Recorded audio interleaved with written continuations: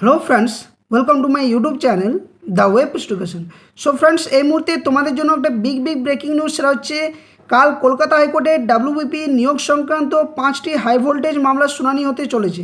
তো কোন কোন মামলার শুনানি হতে চলেছে একবার সকলে দেখে নাও, এবং মামলাগুলোর আদৌ নিষ্পত্তি হবে কি হবে না, কারণ এই মামলাগুলো দীর্ঘদিন ধরে চলছে, যার পরিপ্রেক্ষিতে রাজ্যের যে পুলিশ সংক্রান্ত যে নিয়োগ, সেই নিয়োগের রেজাল্ট কিন্তু আটকে রয়েছে দীর্ঘদিন ধরে।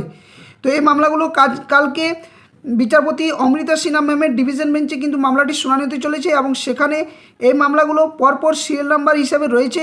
তো কত নম্বর সিরিয়ালে রয়েছে, কী কী রয়েছে, একদম ডিটেলস তোমাদের সামনে আলোচনা করার চেষ্টা করব।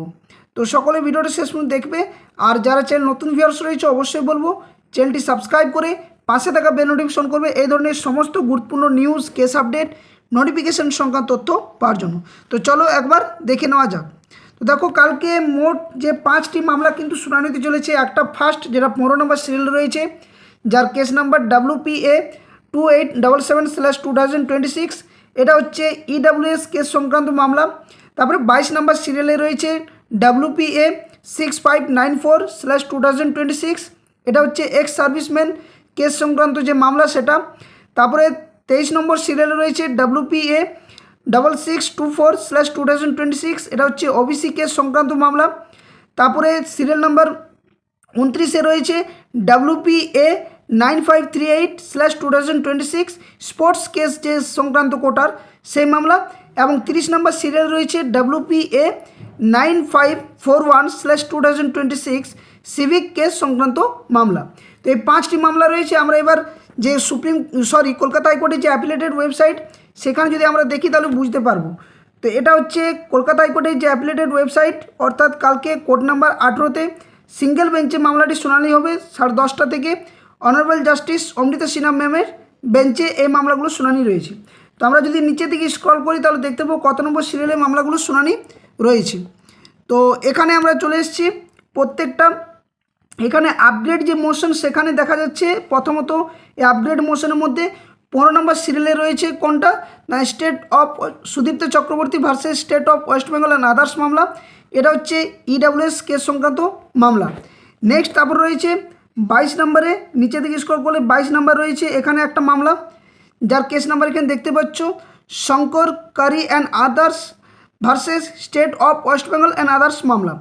23 নম্বরে আরেকটা মামলা রয়েছে Ratnadeep Kar versus state of West Bengal and others, এই মামলাটা। তারপর নিচের দিকে যদি যাই তাহলে পরের পেজে রয়েছে আরও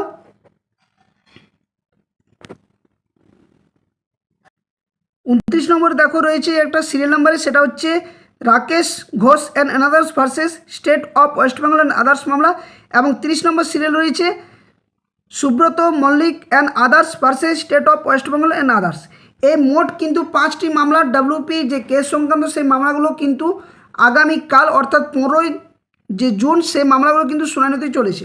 এখন বিষয় হচ্ছে মামলাগুলোর নিষ্পত্তি কি ঘটবে। তো দেখো, কয়েকদিন আগে বিভিন্ন যে সোশ্যাল মিডিয়াতে তোমরা দেখেছো যে WPর যে ট্রেনিং, সেই ট্রেনিং সংক্রান্ত শিডিউল কিন্তু তৈরি হয়ে গেছে।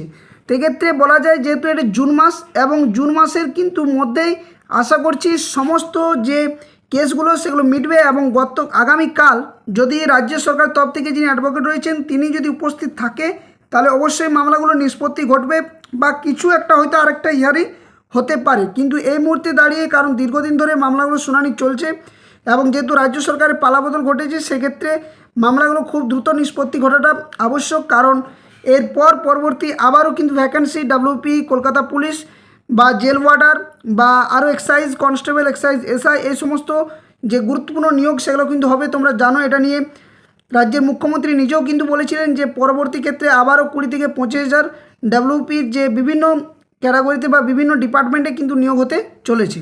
তো তার আগে এই মামলাগুলো নিষ্পত্তি ঘটা দরকার, কারণ 2024 সালে যে WP যে রিক্রুটমেন্ট সেটা পুরোপুরি একদম আটকে রয়েছে এই মামলাগুলোর জন্য, এবং আরও যে অন্যান্য যে রিক্রুটমেন্টগুলো সেগুলো কিন্তু বন্ধ হয়ে রয়েছে এই মুহূর্তে।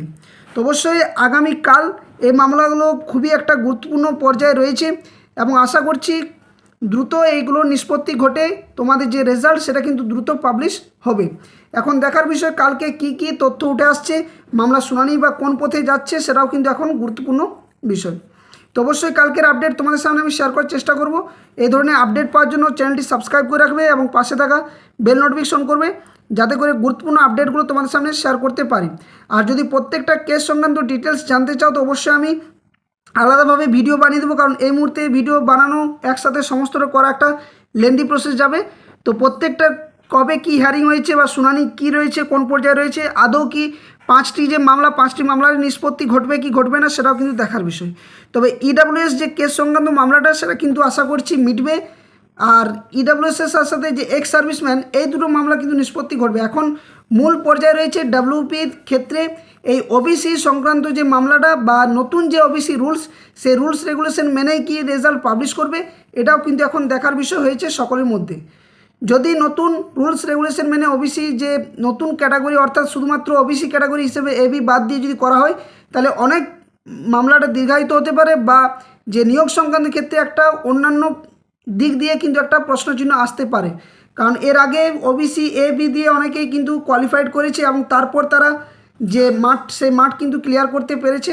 তো অবশ্যই এটা কিন্তু এখন দেখার বিষয় হয়েছে। তো যাই হোক, সেটা পরবর্তী ব্যাপার কীভাবে রেজাল্ট পাবলিশ করে, কিন্তু কালকের যে মামলাগুলো সেটা কিন্তু দেখার মতো রয়েছে। কারণ 5টি মামলা একসাথেই অমৃতা সিনহা ম্যামের ডিভিশন সিঙ্গেল বেঞ্চে শুনানি হওয়ার কথা, এবং যে লিস্ট সেটা কিন্তু অলরেডি পাবলিশ হয়ে গেছে, যেটা তোমাদের সামনে দেখালাম। তো প্রত্যেকটা মামলার আপডেট পাওয়ার জন্য, কালকে কি শুনানি হচ্ছে অবশ্যই তার জন্য ভিডিও নিয়ে আসবো। তাই সকলে চ্যানেলটি সাবস্ক্রাইব করে রাখবে। আর ভিডিও ডেসক্রিপশন বক্সে দেওয়া অফিসিয়াল টেলিগ্রাম চ্যানেল লিঙ্ক এবং অফিসিয়াল ফেসবুক পেজের লিঙ্ক দেওয়া রয়েছে, সেখানে যুক্ত হবে। আর যারা ফেসবুক পেজ থেকে ভিডিওগুলো দেখো অবশ্যই বলবো সেখানে ফেসবুক পেজটি ফলো করে রাখবে, ওখান থেকেও যে কোনো আপডেট তোমরা যথাসময়ে পেয়ে যাবে। তো ধন্যবাদ, জয় হিন্দ। আবার কোনো একটা নতুন ভিডিও নিয়ে তোমার সামনে হাজির হবো। ততক্ষণের জন্য সকলে সুস্থ থাকো, ভালো থাকো।